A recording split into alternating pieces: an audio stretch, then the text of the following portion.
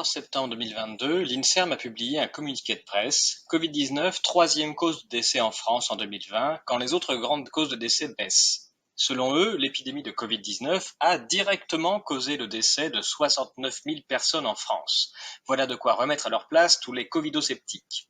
L'INSERM dépose une nouvelle pièce dans la machine de la peur. Cependant, les auteurs avouent que, par rapport à la période 2015-2017, la mortalité par tumeur, maladie cardio-neurovasculaire, maladie du système nerveux, troubles mentaux et du comportement a diminué, notamment chez les personnes âgées de 85 ans ou plus.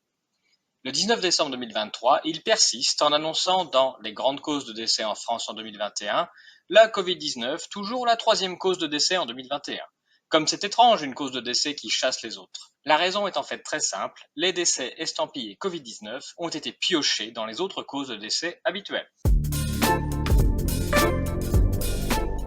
Le rapport complet de l'INSERM nous montre les différentes causes de décès selon les années 2015, 2017 et 2020. Il est visible que le taux standardisé de décès en 2020 pour 100 000 personnes, 898,9, est très proche de celui de 2015, 890,8, malgré un grand nombre de déclarations Covid-19, 92,9. La raison est très simple, les décès habituels des autres maladies ont été déclarés comme Covid-19. Les maladies qui ont fourni les statistiques Covid-19 sont celles qui ont perdu le plus de malades, les tumeurs, les maladies infectieuses, les maladies cardio-neurovasculaires et bien évidemment les autres maladies respiratoires. Les taux de mortalité sont standardisés de façon à prendre en compte l'augmentation et le vieillissement de la population. L'année de référence est 2013. En 2013, la France comptait 65,6 millions d'habitants. Ainsi, selon l'INSERM, la surmortalité de l'année 2020 par rapport à 2015 est de 8 pour 100 000 habitants, soit 5 000 personnes. Seulement 5 000 décès en plus, alors qu'il décède 650 000 personnes chaque année. C'est une augmentation de moins de 1%, il n'y a pas la moindre hécatombe. Statistiquement, on pinaille sur l'épaisseur du trait. Et cela confirme très exactement l'étude de mars 2021 que nous avions signée avec Laurent Toubiana, Laurent Mukieli et Jacques Bouot, mais qui avait été censurée car trop subversive. De plus, une surmortalité de seulement 5 000 personnes, alors qu'il y a plus de 60 000 déclarations de décès Covid-19, ça fait tâche. Pour la seule cause de décès maladie cardiovasculaire, ce sont près de 25 000 décès qui manquent à l'appel.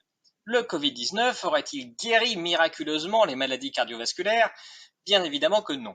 Nous sommes tout simplement face à un transfert de codification d'une cause de décès vers une autre et en aucun cas en train d'observer l'impact d'une nouvelle maladie. Le dossier de l'INSERM sur 2021, lui, nous montre que la cause de décès Covid-19 est, dans presque 90% des cas, associée à une autre cause. Cela n'empêche pas nos chercheurs d'affirmer partout que c'est le Covid qui tue.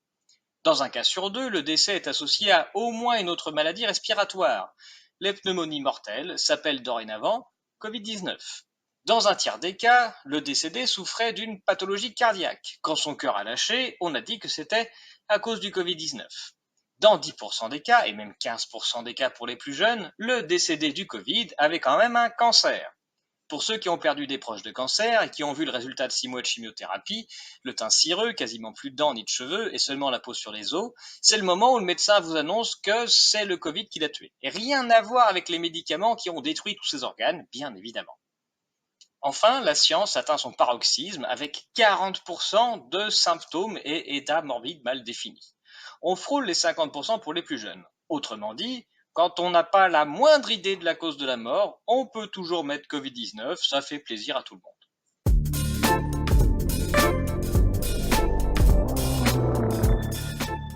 Le Centre d'épidémiologie sur les causes médicales de décès, le CEPIDC de l'INSERM, travaille à partir des causes de décès remplies par les médecins sur leurs certificats de décès. En 2020, 77 535 certificats de décès portaient la mention Covid-19. Parmi ces derniers, il a été décidé d'attribuer le Covid-19 comme cause principale pour 69 238. Ça n'est pas une preuve définitive de causalité, mais uniquement des informations prises sur des documents administratifs, suivis de choix, qui doivent être discutés, tout particulièrement lorsque les statistiques montrent des incohérences aussi flagrantes. Il est extrêmement rare qu'une autopsie soit réalisée sur les personnes âgées découvertes décédées chez elles. La cause principale de décès est donc parfaitement inconnue dans une grande partie des cas et renseignée arbitrairement par le médecin constatant le décès. Il est évident que dans une période de psychose où le discours dominant c'est d'accuser le Covid-19 de tuer les personnes âgées, on voit apparaître des Covid-19 sur les certificats de décès et donc dans les statistiques. Ça n'est pas une preuve et encore moins une estimation fiable de la mortalité due au virus. D'ailleurs, inscrire Covid-19 comme cause sur le certificat de décès, sans aucun indice, ni autopsie, a été exacerbé par la panique et le principe de précaution. Les dépouilles des déclarés Covid-19 étaient considérées comme dangereuses et devaient être mises en bière immédiatement et sans toilette mortuaire. Dans le doute, la motion Covid-19 a été largement utilisée pour recourir à la mise en bière immédiate. Les résultats statistiques reflètent les croyances ou les peurs de ceux qui réalisent les enregistrements et non pas la réalité. Concernant les personnes décédées à l'hôpital, la situation est encore plus nette. Le site Scan Santé nous permet de connaître les hospitalisations selon le groupe homogène de malades, le GHM. On observe ainsi qu'en 2020, les hospitalisations enregistrées comme Covid-19, se trouvant dans les GHM infection-inflammation respiratoire, sont un simple transfert des hospitalisations autrefois enregistrées dans d'autres maladies, notamment les bronchites, les bronchiolites, les bronchopneumopathies, les grippes. C'est la création du code d'urgence U07 Covid-19 par l'OMS qui a généré le début de son utilisation par les hôpitaux.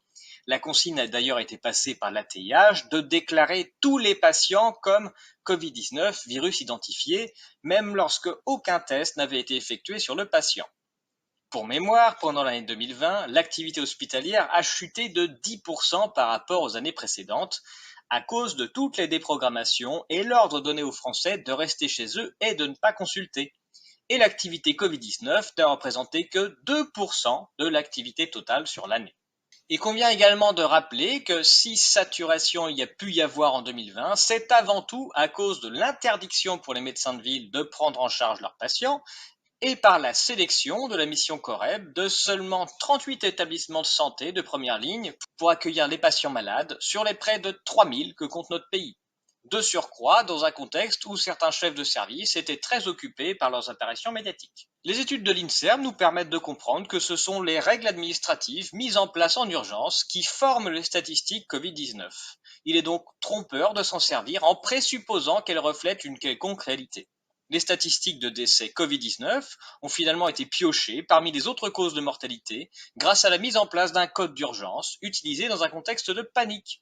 L'année 2020 restera dans les annales comme l'année où on a le moins soigné les Français.